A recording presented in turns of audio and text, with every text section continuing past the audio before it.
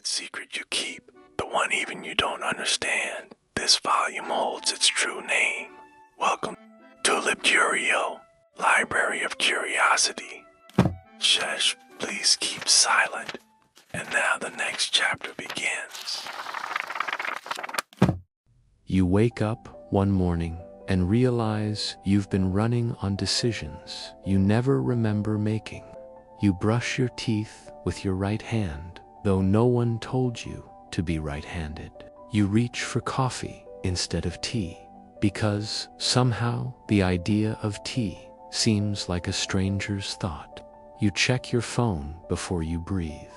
You say "I'm fine" when someone asks how you're doing, even when your chest feels like an unswept room full of forgotten noise.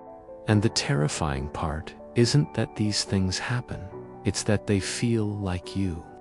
Like this strange choreography of choices and impulses and routines is something you authored. But what if you didn't?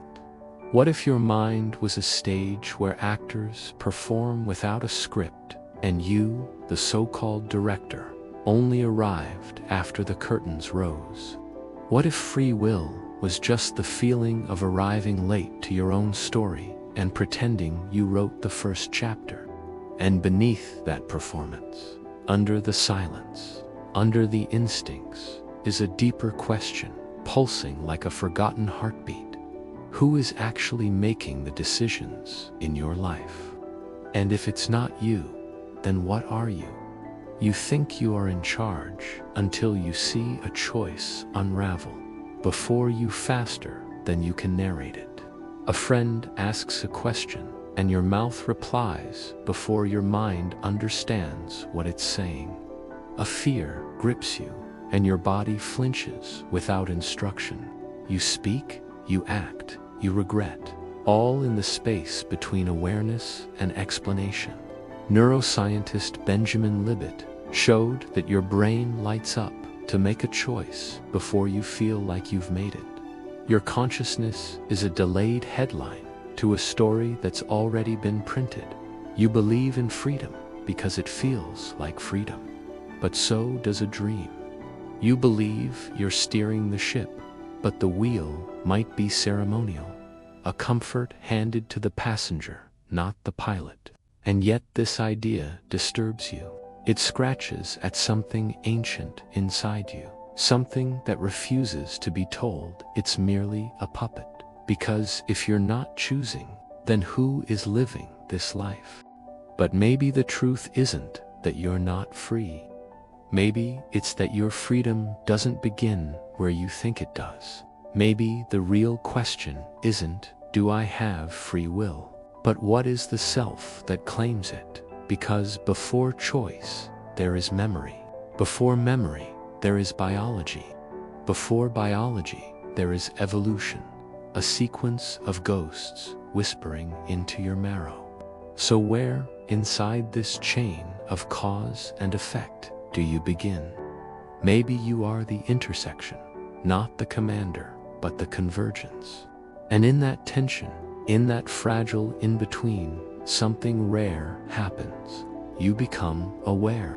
You are 5 years old. You touch the stove after being told not to. Your hand recoils, your eyes well up, your brain burns this moment into eternity.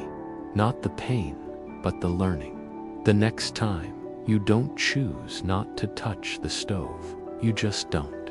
The choice has dissolved into instinct, paved over by experience. And so it goes for years. Thousands of moments shape your reactions. But by the time you're old enough to ask who you are, you've already become someone. Now imagine this. You're standing at a crossroads, trying to decide left or right. You feel the weight of the choice. But under that feeling is a storm of variables you don't see. Your blood sugar, your childhood, the last thing you watched, the way your mother used to frown when you hesitated. Free will exists, but it exists inside a hall of mirrors. Each decision bounces off shadows you can't trace. And yet the mirror doesn't lie. It reflects something, that something is you. But it's not the you think you are. It's not the narrator in your head explaining your actions like a loyal publicist. It's the silent you that breathes before you remember to inhale. The one who leans forward when curious, who shrinks back when afraid, who always moves first and thinks second. This is the you who decides, not with words, but with being. Picture a man in a maze. Every wall responds to his choices. Turn left, the path expands. Turn right, a door closes. He believes he's navigating it, but the maze learns him faster than he learns it. The illusion isn't that he has no control. It's that he thinks his choices shape the maze more than the maze shapes his choices. Society is this maze. Culture, algorithms, norms, fears. They are the walls that shift as you move. Every click trains your future. Every silence in a conversation rewrites your identity. You think you decide what you like, but maybe your preferences are just echoes of patterns fed to you. Is it still free will if your options were planted? Is it still your path if the walls were sculpted by someone else's hands? But then again, what if the maze isn't the enemy? What if the maze is the mirror, showing you how you move, how you avoid, how you return to the same corners, hoping they've changed? Maybe freedom is not escaping the maze, but knowing you're in one and choosing anyway. There's a moment before you fall asleep, a strange dissolve between thought and dream. In that moment, a voice says something that startles you, not aloud, not in your ears, but inside, in a tone you don't recognize. Where did that voice come from? Jung might say it's the shadow, the parts of you you've buried. Freud might say it's the unconscious surfacing. But what if it's neither? What if it's just the rest of you? The parts not packaged into personality. The memories that didn't make it into stories. The desires that weren't polite enough for daylight. They speak when you're not looking. They nudge when you think you've decided. And yet, they are you. Denied, suppressed, misunderstood, but still you. Your thoughts are not a stream, they're an ocean, and what you call self is just the part above water. But even underwater, there's movement, decisions made in currents you can't name. Does that mean you're lost? Or that you're more than you imagined? You begin to notice a pattern. The parts of you that act without permission, they're not rebels, they're not strangers. They are the older language of being. You've been trying to translate yourself into logic, into explanations, into pretty narratives, but your true mind isn't made of sentences. It's made of sensations, memories, pulses of light and shadow. Your freedom was never about control. It was about intimacy, about becoming so close to your own being that you no longer mistake spontaneity for chaos. That moment when you pause before reacting, that's the opening. Not to dominate the mind, but to witness it. In that pause, the self isn't erased, it's revealed. You are not your reactions. You are the space that sees them. The witness is the one who chooses. Even if the choosing feels like surrender, you walk outside. The sun has risen without your permission. The trees sway without consulting your will. And the thoughts still come, uninvited, unpredictable, sometimes cruel. And yet, there is a softness in your chest. Not peace, exactly, but presence. You are not at war with yourself anymore. You see now, free will was never about command. It was about communion. You thought you were the driver, hands gripping the wheel, mind barking orders into the void. But you were the sky all along, watching, letting the weather pass. You thought freedom meant power, but it meant space. Space between the thought and the action. Space between the pain and the story you tell about it. Space between the old wound and the new decision. That space, that flicker, is not an absence. It is the most sacred thing you possess.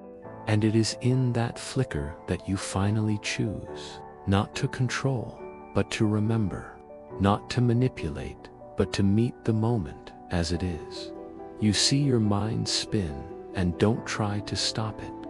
You hear the whisper of the algorithm and simply nod. You feel the pull of the past and you breathe anyway, because now you know the thoughts are not the enemy. The machine is not the monster. Even the trauma was trying to protect you. They're all part of the dance, and you, the watcher, the witness, the light behind the eyes. You are the floor they dance upon. But this knowledge doesn't grant you perfection. It grants you reverence for the staggering mystery of being aware, for the absurd miracle of knowing that you know.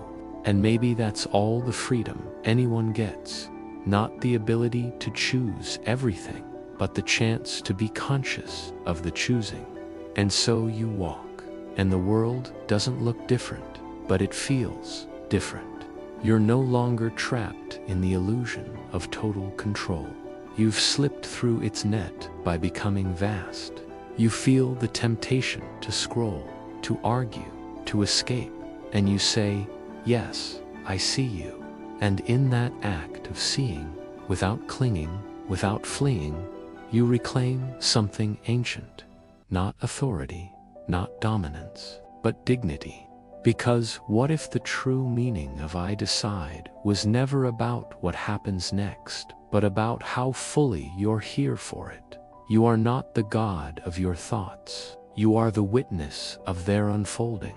And in a universe made of stars, algorithms, instincts, memories, trauma, and time, the rarest force is presence. So now, ask yourself again, do you decide?